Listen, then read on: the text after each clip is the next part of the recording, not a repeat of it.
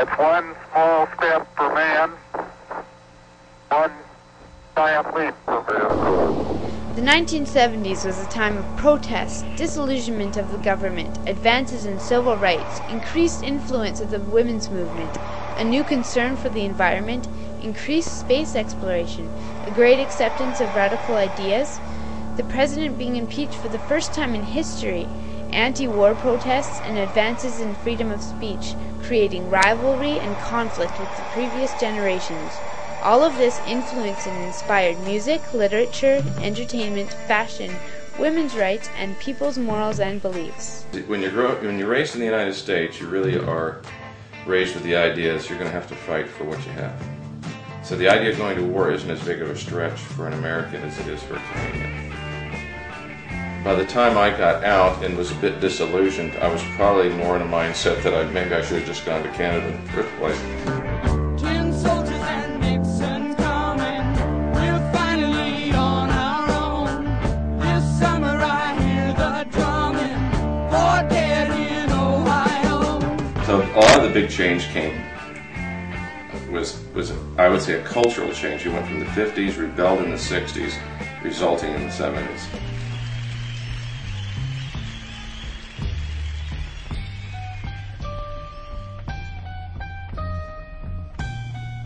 If you wore a suit or you're over 30, you were from another planet. The 70s began with the death of some of the most amazing and influential musicians of the 1960s. Janis Joplin and Jimi Hendrix, a mere 1 month apart, both victims of the typical 60s lifestyle. However, the revolution of music in the 60s lived on.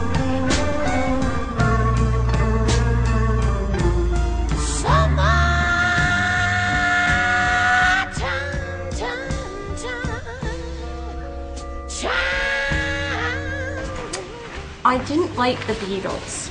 My favorite 70s band, I think, has to be the Beatles, even though they did cross decades. My favorite band is Genesis. Genesis? With Peter Gabriel, not Phil Collins. Well, the 70s sucked for music. Why? So nothing. You can't have a favorite 70s band. You're gonna have a favorite band for mood, you know. Led Zeppelin, the Beatles, big time Beatles, the Who. You like Led Zeppelin? Yeah. Oh yeah. Yeah. Oh yeah, big time. And I didn't like Elvis Presley's music either. In the early 70s, the hippie movement was still happening. People grew out their hair and women ditched their bras. In a lot of ways, it was a hangover from the 60s. It was a self-styled form of dress, mixed-matched and a combination of ethnic styles. Travel was a huge participant in the hippie look. People brought ideas and fabric from all ends of the earth which had never been seen before. A lot of hippies were a revolt to fashion. They wore what was comfortable, they were free, grew out their hair, and walked around barefoot.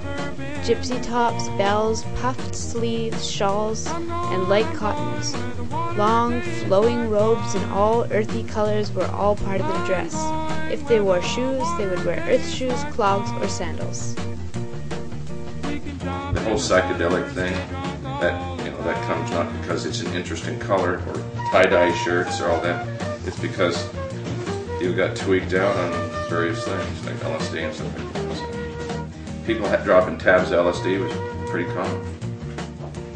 The experimental new aspect of drugs, I think, happened pretty much in the late 60s and very early 70s, but things were pretty, whether it was LSD or speed or... A lot of my friends use psilocybin, which was, it's from mushrooms, pretty psychedelic stuff, so that was a big one. And hash was pretty good. But just everybody kind of did it, you just go. You're going to go to the county fair that night, so you get stoned to enjoy the fair more. There was a lot of LSD around, and a lot of smoking pot, hashish, very popular back in those days. Oils, a lot of oils, was very popular. And that's about all I know about drugs. I was never into drugs, but flower children, hippies, yes. people living on the Gulf Islands and wearing all their clothes at the same time. And so yeah, it was, and LSD and drugs and the sort of beginning of the drug culture. Probably people flying off buildings because they were so high, and remember that. My name is Sinead. I just wanted to point out the glaring fact that most people miss, that amongst the free-loving, pot-smoking, guitar solo faggots of the 1970s, there was also a new kind of music emerging. A new kind. This kind of music was led by Bop and Stooges, Television, New York Dolls, and all sorts of bands who played on the more simple ideas of rock and roll, and not all the guitar solo, boring, long-haired, smelly shit. This movement is punk rock, and it started around 1975. Skinhead movement started in 1969, and it was an amalgamation of the British mods and the Jamaican immigrant Rude Boys. And the mods brought the style like Ben Sherman's and Flight Jackets, and the Jamaican immigrants brought the music, which was predominantly ska and reggae.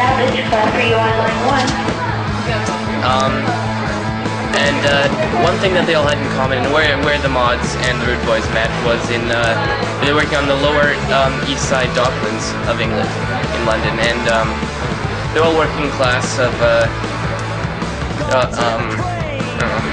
that's where they met. And then they started doing shows.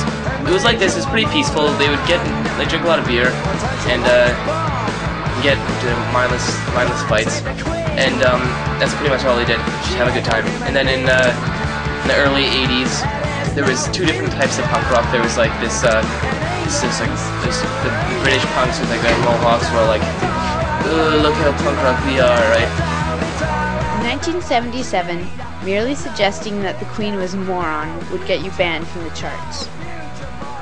It was fast music. The guitars and vocals were loud, and the lyrics addressed politics, sex, depression, and society with a realistic way that had never been heard in popular music before. Gotta take the Queen, 'cause tourists are money. What about disco? Were you into disco? Oh God, no. No, that wasn't my thing. Did you know anybody who was into disco and what they wore, kind of thing? No, that was didn't like to associate with that. Totally different. Bell-bottom pants, polyester everything, high-heeled boots. I had to change the length of my car depending on what shoes I was wearing. If I was wearing low shoes, I would bring the seat forward. If I had my high heels on, I'd put them back. Polyester. Polyester was really good.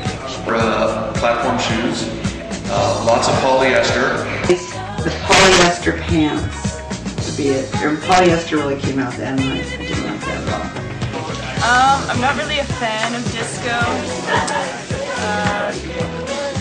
Disco's dead. I like Phil Collins. What do you think about disco? Sucks. Why? Because it's crap. It's not even music. What do you think about disco? Disco sucks. Honestly, disco is the beginning of pop music. Disco is the beginning of people selling out to commercialism, ruining their music, wearing ugly, flashy, pink, shiny clothing, and big platform shoes. Disco is terrible. What do you think about disco? I couldn't say anything. What do you think about disco? Did you listen to? Oh, I didn't listen to much because it was all disco. Yeah, you didn't like disco? No, disco isn't real music. The major new movement, which began in USA in 1975 and would spread its influence worldwide, was disco music. Originally regarded by many as a poor substitute for genuine soul music, nothing had been more capable of filling a dance floor. Who can forget the Village People, or KC and the Sunshine Band, or even Ricky D's? After Vietnam, Watergate, and long afternoons in a gas line, kids didn't want to deal with issues anymore. They just wanted to dance. Disco clubs created a new venue for types of clothing, dance, and culture in the late 1970s. Everything about disco is dramatic. The clothing you would wear out to a disco you wouldn't wear during the day. Everything was tacky, overdone, and in a sense,